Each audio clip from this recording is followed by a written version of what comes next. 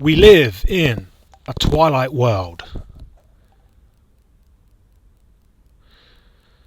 One of my little catchphrases you may have heard me use over the last couple of years, one of my little taglines is, the exit door is always available.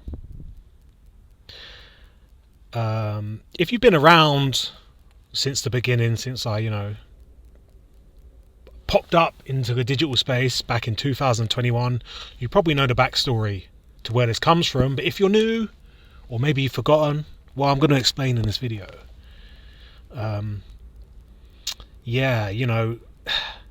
Unfortunately, I'm not on Twitter anymore, and all of that information on Twitter is kind of gone, right? Because the way that Twitter works, it's a conveyor belt. So every time you put something new up, it just buries your older work deep down. And I don't know how it works. I think after a certain amount of time, it gets deleted maybe. But I practically, writ a 7-book encyclopedia over on Twitter about how reality, according to me, how reality works. All the things like from the scamdemic, from NASA, war, conflict, the political system, the monetary system, the internet, the jinn, social media, the double cross system, chicken feed, the conspiracy theory crowd, the truth of crowd, all of that good stuff, right? But a big chapter, or maybe even a book itself, would have been the concept of the exit door. Yeah? I focused a lot on that for some time. And really, I have to thank Joe Biden for this inspiration, right? Especially this picture here in question. Wow, what a picture. For me, this picture was a game changer. One of the most iconic pictures ever, in my opinion. I could probably, write a whole book just on this image alone. So this must have been 2021. And, just during the scamdemic days. And, the Mask himself, everyone's favourite actor, Smoking Joe Biden, had his vaccine. Yeah, and I don't know whether it is vaccine number 1, 2, 3, 4, whatever. But anyway, it was here, right? And it sent people bonkers, this image. On both sides, the normies and the truthers all went bonkers. And of course, when this was being put out, this, for that week, was the centre of attention for all of humanity. Yeah, this, every day there's a new thing they put out into a collective conscious that they want everyone to hyper focus on with their time, energy and attention. And better still, they want you to then talk about it via a podcast, a blog, a tweet, a post, an audio recording, a YouTube video and so on. And this was it. That day, this was it. Yeah, man, it was sending people bonkers for obvious reasons, right? The theatricality of it all. This is obviously a stage set. It's a theatre set. This is all a performance. This is a set dressing. Yeah, this is a prop. I think some people were even saying the jab itself wasn't real. Like there was no needle or something. I don't know. Don't quote me on that because I can't really remember. Of course, Joe Biden being an actor, probably one of the most profound actors of our time. I always say to people, think of Joe Biden more as a psychopomp. Psychopomp, that's a Carl Jung term, and it's like a spirit guide. Yeah? A spirit guide would be like Frank the Rabbit from Donnie Darko, yeah? He is a global spirit guide. He's a global psychopomp. He's a global Frank the Rabbit, guiding all of the NPC Westworld robot masses into the new reality where we find ourselves now. And it's more so, the sorcerers and magicians and puppet masters behind this puppet, really, that obviously puppeteering this performance. But Joe Biden was one of my favourites. The fact he played like an old man with dementia, and it just wound everyone up, and it was beautiful in the way that it trapped everyone. It trapped everyone's attention. But anyway, yes, even the normies, as well as the truthers, were going bonkers about this stage set, this theatre performance. And then I came along and said, yeah, this is all well and good, but really, this is what we need to be looking at here. The exit door. Yeah? With only one guy, one Secret Service guy looking at it.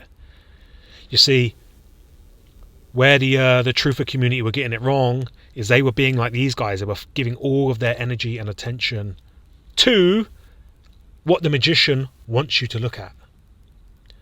So in case you don't know, a stage magician will turn the spotlight on to what he wants you to look at, while where he's doing his, behind the scenes stuff, the strings, the pulleys, the trapdoors, the costume changes, his little helpers that are all dressed in black that hide around in the shadows, that's all kept in the dark. So this is a prime example of that. They want you to look at this whilst the main event is sort of over in the background. And even the way this is set up, like everything's pointing to this. This is what they want you to think is the center. But man, the exit door, look at that. So this got the electricity in my brain sparking off like crazy, right? From this moment on, I then kept seeing it everywhere. In all of the mainstream media, main event, world stage theatre images, I kept seeing the exit door, exit sign somewhere in the background. Now, the way I interpreted this was that whatever you call this place, yeah, whether you want to call it a matrix, a simulation, a simulacra, a simulacrum, a dream, a nightmare, an illusion, whatever the fucking word you want to use is, yeah, the false reality, it's always letting you know the exit door is always available. Now, of course, this ties into Plato's cave, right? The allegory of Plato's cave. Now, before you start sending me emails and dropping me messages saying Plato's not a real person, that's irrelevant. Yeah, Joe Biden's not a real person. I'm not really a real person. You're not really a real person. I'm not interested in that whole real and fake business, right? At the end of the day, Plato exists in the collective consciousness via history. And the concept, yeah, I'm focusing on the concept of Plato's cave for this conversation.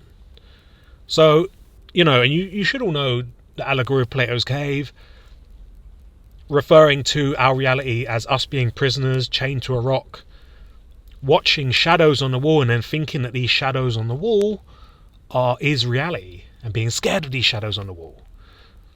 The concept being that there must be a way out of the cave.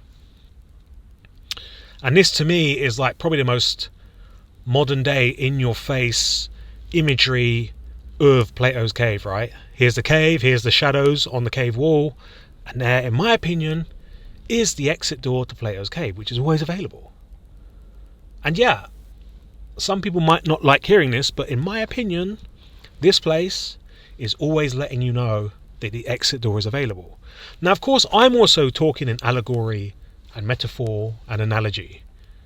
So, for example, I don't know, take your pick. What one offends people the most? What I talk about? Chemtrails. If you choose to be in the room of chemtrails and just obsessing over chemtrails, that's on you. You can exit that room of chemtrails if you want. Conspiracy, that's a room within conspiracy theory. You can exit the conspiracy theory world if you want. You're in that room by choice and you can leave it. The toxic things like Instagram and Twitter and TikTok, we could look at these as rooms that you're choosing to sit in.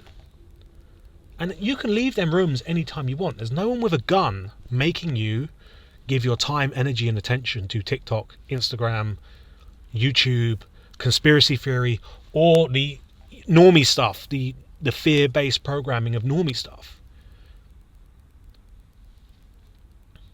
So in my opinion, yes, you have to kind of take the responsibility that you're in that room and you can leave that room whenever you want. The exit door is always available. So yeah, man, back in those days, I think for a good maybe 2.5 years, I spent a lot of time highlighting the fact that there was always an exit door in the background. Here's another Joe Biden picture. Obviously, this is the stage set. I don't know who that is. Probably one of his advisors or whatever. This was in Scamdemic days. So here he is in the film set. He's an actor. She's an actor. The play, the performance, the theatre. Yet here we are. The exit door. Obviously, I think this is being reflected from the exit door, probably off stage, but nevertheless, the matrix, the dream, the illusion, whatever this place is, the false reality is letting you know that the exit door is always available. Now, I'm not going to open that file where I've got hundreds of pictures of people like Kanye West standing next to the exit sign, scamdemic pictures of nurses and that, and then performing on a patient in the background, exit sign. Maybe at a later date I'll get them together and I'll sort of like do it in a very quick slideshow presentation. I'll put it on super speed so you can see like 1,001 pictures of mainstream media world stage event imagery having the exit door, but I'm not going to do that here. I want this video to upload very quickly. So yeah, man, I was gonna, from this point onwards, I mean, look at this picture is mind-blowing. Anyway, I was gonna do, from this point onwards, I thought, this is it, I found what I'm gonna write a book about. I'm gonna write a book about exiting Plato's cave. Right? I thought, you got to remember, this is 2021, so this is way before I became the boots on the ground guy in regards to like Ukraine and the Paris riots, the wildfires in Greece, the volcano in Iceland, blah blah blah, the riots in Dublin. You know, I found my niche being the boots on the ground guy, which is really better because that's what I'm good at. But before then I was thinking like, this could be my gift to the world in my bid to try and help people get off the internet, because that's the core of my thing. I want you to understand the internet is evil. The internet is a mind control perception management device created by the British Empire to control everyone. The reason the British Empire doesn't bother anymore with a huge navy, a huge infantry, a huge air force, they don't bother with that because they got the internet. They've got, the British Empire controls TikTok, Instagram, the mainstream media. Yeah, it doesn't need to worry about tanks and shit. That's people that are still worrying about tanks and aircraft carriers like the USA and Russia, they're 100 years behind the British Empire, and they haven't clocked on yet. So, and obviously the people, let's be clear, the City of London runs the British Empire. Yeah? And then the LCS, the London Control Section, runs the City of London. And then the Double Cross runs them. It goes up like a pyramid. Yeah? So I don't want people thinking that British people are part of this, because they're the only ones that have kind of rebelled, and they have had the shittiest end of the stick in regards to the British Empire. And then when we get close to the pyramid, we're talking non-humans. We're called, in my opinion, the Jinn. The entities known as the Jinn are the ones running the internet. That's why I use the phrase Jinternet. Anyway, that's a different topic for a different day. So yeah, I thought about writing the book, How to Exit the Cave. At the same time, or a few months later, one of my favourites in the game, a guy called Howdy Mikowski, came out with a book called Exit the Cave. So we were obviously tapping into the same thing, right? And in general, the kind of conversation about the soul trap, being reincarnated here, did we choose to come here? Are we being forced to be here? Is this a prison planet? And so on. But he done the work, and I'm very grateful for that. I mean, thank the gods for Howdy Mikowski, because I'm not a book writing guy. My talent is going out to these supposed nightmarish, hellish situations and flipping it into a beautiful dream. Yeah, dream walking through the illusion. That's my talent, right?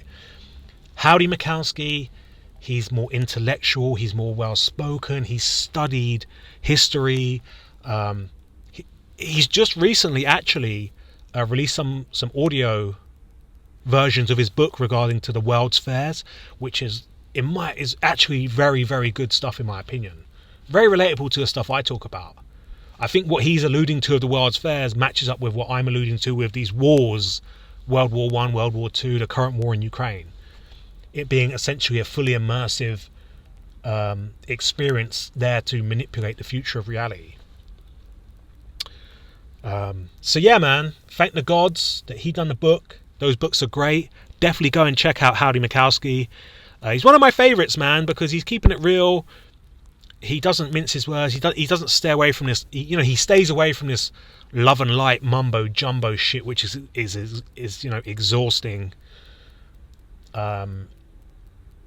He's refreshing. Now, from what I've heard, and I don't want to talk on behalf of Howdy Mikowski, but once he came out with that book and started becoming very popular after his podcast appearances and that, where he's obviously promoting his book, his YouTube went to shit. Like, thousands of people started turning up, arguments in the comments section, blah blah blah, and I know the feeling. So eventually I think he retreated away from YouTube because it's so toxic, and now he just keeps it to his own private stuff, and I think he does like one video a month.